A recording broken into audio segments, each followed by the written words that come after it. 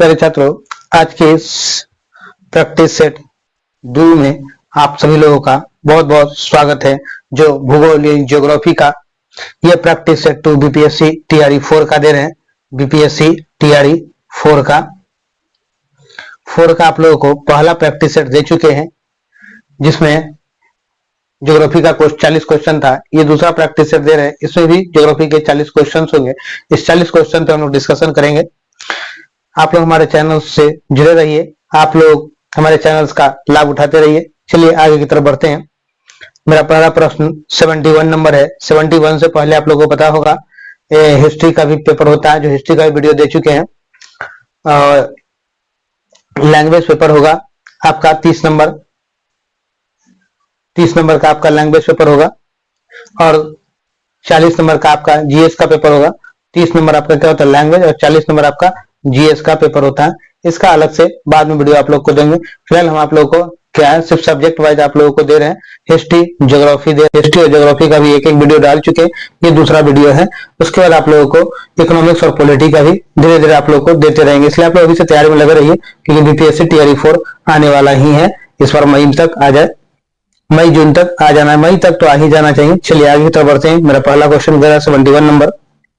राजस्थान में बहुत कम वर्षा होती है क्योंकि हवाएं किसी प्रकार की बाधाओं को पार नहीं करती, जिसके कारण ठंड होने के लिए आवश्यक ऊंचाई नहीं प्राप्त होती। ठंड होने के लिए आवश्यक ऊंचाई प्राप्त नहीं होती है। तो option A is your right answer. अगले प्रश्न की तरफ बढ़ते हैं। अगला प्रश्न मेरा कह रहा 72 नंबर। सरगैसो सागर एक हिस्सा है। सरगैसो सागर किसका एक हिस्सा है?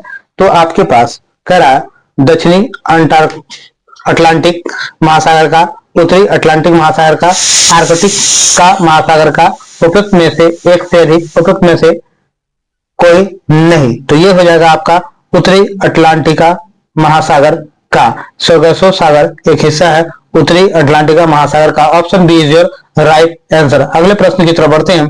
अगला प्रश्न 73 नंबर मेरा कह रहा 73 नंबर मेरा प्रश्न है, निम्नलिखित में से कौन सा एक स्थल रुद्ध देश है? कौन सा एक स्थल रुद्ध देश है? तो हो जाएगा आपका हंगरी। ऑप्शन बी, हंगरी एक स्थल रुद्ध देश है। चलिए अगले प्रश्न की तरफ बढ़ते हैं।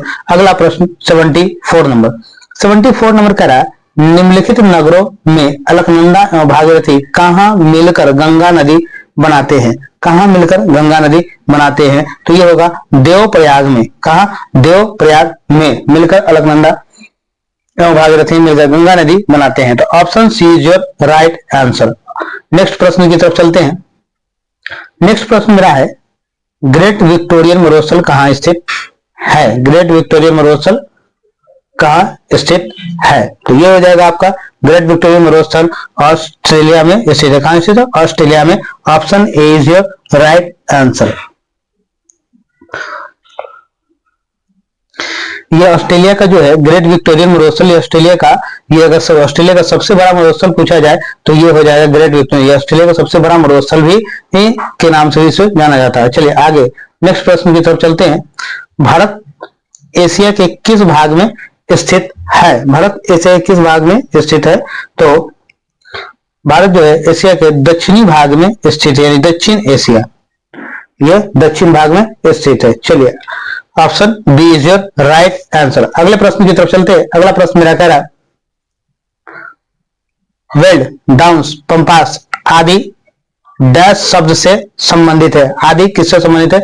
आदि ये है वेल डाउन पंपास, ये घास के मैदान से संबंधित है। Option A is your right answer. अगले प्रश्न की तरफ चलते हैं। अगला प्रश्न मेरा बोला है, राष्ट्रीय राजमार्ग संख्या 4 NW4 किस वर्ष राष्ट्रीय जलमार्ग घोषित किया गया? किस वर्ष राष्ट्रीय जलमार्ग घोषित किया गया था? तो ये हो जाएगा 2008 में। कब? 2008 में। Option A is your right answer. अगले प्रश्न की तरफ बढ़ते हैं। अगला प्रश्न मेरा करा मेरियाना गर्त स्थित है। मेरियाना गर्त कहाँ स्थित है? तो मेरियाना गर्त जो है आपको प्रशांत महासागर में स्थित है। कहाँ स्थित है? प्रशांत महासागर में। Option B is your right answer. चलिए अगले प्रश्न की तरफ बढ़ते हैं। अगला प्रश्न मेरा करा 80 नंबर, कावेरी नदी का बेसिन निम्नलिखित में से किस राज्य तक नहीं फैला हुआ है? किस राज्य तक नहीं फैला हुआ है? तो आंध्र प्रदेश तक नहीं फैला हुआ है। Option C is your right answer. अगले प्रश्न की तरफ चलते हैं। अगला प्रश्न, काली मिट्टी डैश उगाने के लिए आदर्श मानी जाती है? काली मिट्टी क्या उगाने के लिए आदर्श मानी जाती है? तो जूट, गेहूं, चावल, उपयुक्त में एक से अधिक, उपयुक्त में से कोई नहीं। तो ये हो जाएगा उपयुक्त में से कोई नहीं। काली मिट्टी जो है इनमें से कोई भी चीज उगाने के लिए उपयुक्त नहीं मानी जाती है। काली मिट्टी में क्या चीज उगाया जाता है? तो काली मिट्टी जो कपास मिट्टी, काली मिट्टी कपास उगाने के लिए, क्या चीज उगाने के लिए? कपास उगाने के लिए सबसे प्रसिद्ध माना जाता है, इसलिए इसे कपासी मिट्टी भी कहा जाता है। चलिए अगले प्रश्न की तरफ चलते हैं। अगला प्रश्न जो हो जाएगा 82 नंबर। 82 नंबर आपका क्वेश्चन कह रहा, क्षेत्रफल की दृष्टि से संयुक्त राज्य अमेरिका का सबसे बड़ा राज्य कौन है? क्षेत्रफल की दृष्टि से सबसे बड़ा राज्य अलास्का है। संयुक्त राज्य अमेरिका का सबसे बड़ा राज्य अलास्का है, जो क्षेत्रफल की दृष्टि से है। अगले प्रश्न की तरफ हम लोग बढ़ेंगे। अगला प्रश्न मेरा कह रहा है 83 नंबर, निम्नलिखित में से कौन सा शहर नदी के तट पर स्थित है? कौन सा शहर इसमें से जो दिया हुआ है वो आपको इन चारों में से नदी के तट पर स्थित है? इन चारों में से ही आपको बताना है। तो हो जाएगा आपका सिलचर। सिलचर क्या है? शहर जो है नदी के तट पर स्थित है। Option C is your right answer. अगले प्रश्न की तरफ बढ़ते हैं। अगला प्रश्न मेरा कर 84 नंबर। 84 नंबर का लेटराइट मृदा में निम्नलिखित में से किस रसायन की कमी पाई जाती है? लेटराइट मिट्टी में किस प्रकार किसकी कमी पाई जाती है? तो लेटराइट में सिलिका की कमी पाई जाती है। Option C is right answer.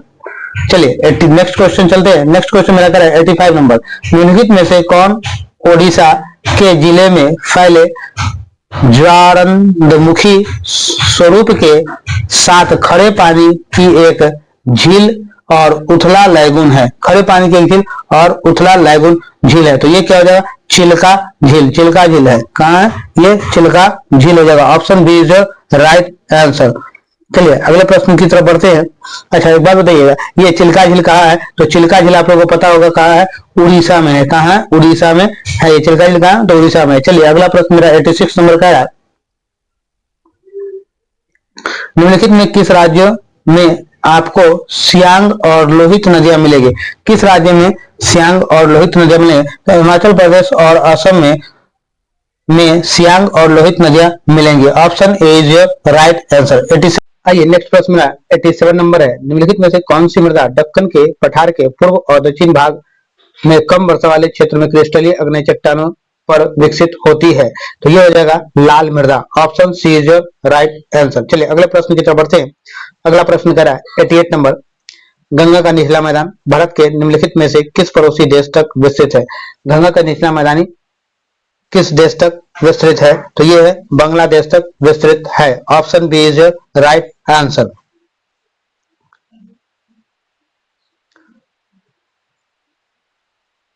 Next question 89 number, Bharat में शुष्क भूमि कृषि रूप में डैश से कम वर्षा वाले क्षेत्रों में सीमित है? तो 75% से कम वर्षा वाले क्षेत्रों में सीमित है। Option C is right answer हो जाएगा। देखिए अल्प वर्षा के क्षेत्र 50 सेंटीमीटर कम, जो अल्प कहा जाता है वो 50 सेंटीमीटर से कम होता है। अल्प यानी कि एकदम कम हो, जहां 50 सेंटीमीटर से कम होता है उसे अल्प कहा जाता है। ठीक है, आइए अगले प्रश्न की तरफ बढ़ते हैं। 90 नंबर क्वेश्चन, किस नदी प्रणाली में इसके घटकों को एक रूप में लोहित नामक नदी है? लोहित नामक नदी है। तो ये क्या है? ब्रह्मपुत्र नदी। ठीक है, क्या हो जाएगा? ब्रह्मपुत्र नदी। Option A is your right answer. आइए ब्रह्मपुत्र नदी के बारे में आप लोग जानते हैं, यह ब्रह्मपुत्र नदी को तिब्बत में सांगपो कहते हैं। तिब्बत में क्या कहते हैं? तिब्बत में इसको सांगपो के नाम से जानते हैं। अरुणाचल प्रदेश में दिहांग और असम में ब्रह्मपुत्र नदी कहते हैं। ठीक है, क्योंकि भारत में तो ब्रह्मपुत्र नदी कहते हैं। और भारत से होकर बहने वाली सबसे लंबी नदी ब्रह्मपुत्र नदी है। भारत से होकर बहने वाली सबसे लंबी नदी ब्रह्मपुत्र नदी है और इसको सभी देश में इसको अलग अलग नाम से जाना जाता है। चलिए आइए अगला क्वेश्चन की तरफ बढ़ते हैं।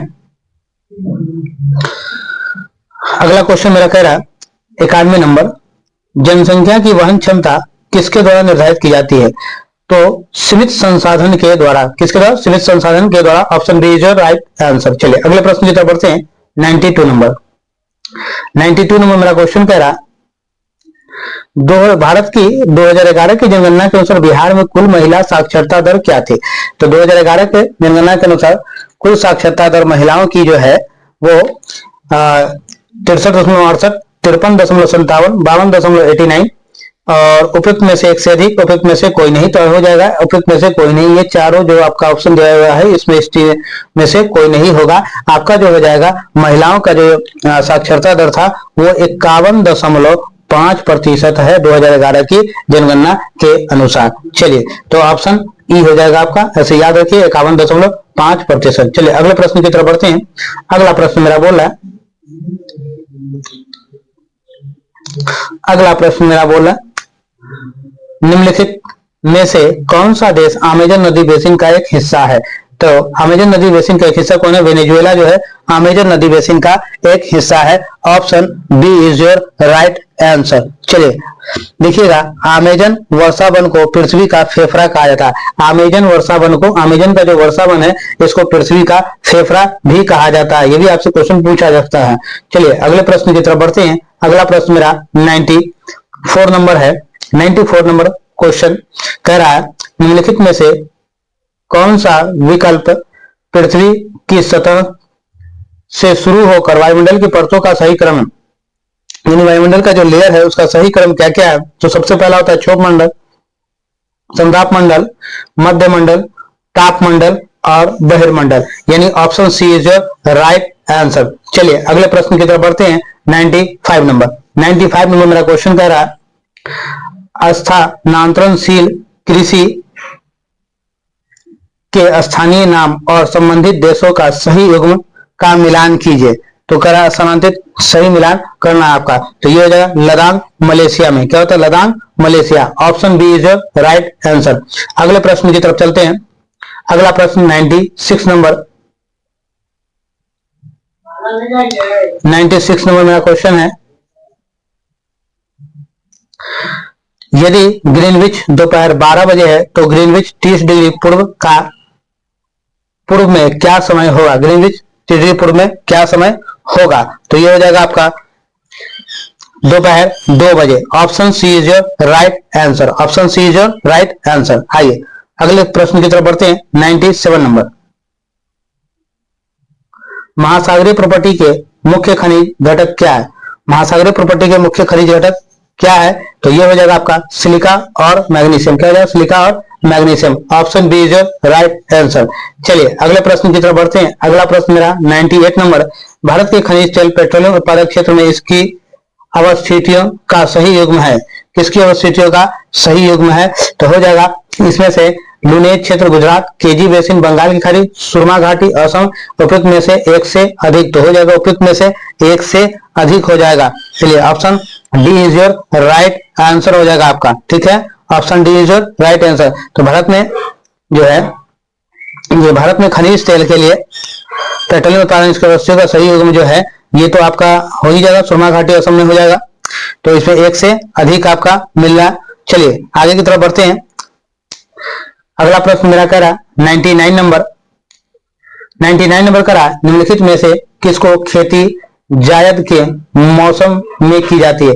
खेती जायद के मौसम में की जाती है, किसकी खेती?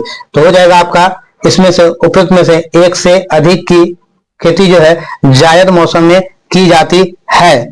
अब देखिएगा जायद मौसम जो है वो जायद के फसल समानता रबी और खरीफ के बीच का मौसम को रबी और खरीफ के बीच का जो मौसम होता है उसको ही हम लोग क्या कहते हैं? उसको हम लोग क्या कहते हैं? जायद मौसम कहते हैं। उसको हम लोग क्या कहते हैं? जायद मौसम कहते हैं। तो जायद मौसम जो होता है इसमें आप क्या क्या लग सकते हैं? तो तरबूज आप डाल ही सकते हैं, इसमें आप खरबूज डाल ही सकते हैं। ठीक है, तरबूज खरबूज ये सब आप डाल सकते हैं। खीरा ये भी आप इसमें कर सकते हैं। देखिए गर्मी का जैसे ही मौसम आ रहा है अभी अप्रैल के समय में, तो इसे जायद मौसम कहते हैं। तो इसी मौसम में क्या है? तो ये सब चीजें हमको मिलती है, तरबूज खरबूज ये मिलता है हम लोग को, और खीरा भी मिलता है। तो ये क्या है? जायद मौसम में पाई जाने वाली फसलें हैं। चलिए अगले प्रश्न की तरफ बढ़ते हैं। अगला प्रश्न मेरा 100 नंबर कह रहा, भूकंप के संबंध में निम्नलिखित में से कौन सा कथन सत्य है? भूकंप के संबंध में कौन सा कथन? धरातल पर उद्गम केंद्र के ऊपर स्थान अधिकेंद्र कहते हैं। सही बात है, पहला ऑप्शन सही हो रहा। जानवरों को व्यवहार का अध्ययन स्थानीय लोगों द्वारा अपनाई गई भूकंप की भविष्यवाणी के तरीकों में से एक है। हाँ, ये कभी कभी कहा जाता है कि जब टूटा भूकने लगता है जब भूकंप आने से कुछ देर पहले, तो ये भी बात सही है। पी तरंगे अनुप्रस्थ तरंगे है। पी तरंगे क्या होगा? अनुप्रस्थ तरंगे है। ये पी तरंगे अनुप्रस्थ नहीं होता है, पी तरंगे जो होता है वो अनुदैर्ध्य तरंग होता है। देखो पी होता है, एक एस होता है और एक एल होता है, ठीक है। तो पी तरंगे को अनुदैर्ध्य कहते हैं, एस को अनुप्रस्थ कहते हैं और एल को धरातलीय तरंगे या तरंगे कहते हैं, ठीक है। तो ये तीनों अलग अलग तरंगे हैं, ठीक है। पी तरंग नहीं होगा, तो ये ए और बी आपका सही है। तो आपका ऑप्शन हो जाएगा एक उपयुक्त में से एक से अधिक। Option D is your right answer. आइए 101 नंबर 101 नंबर क्वेश्चन की तरफ चलेंगे।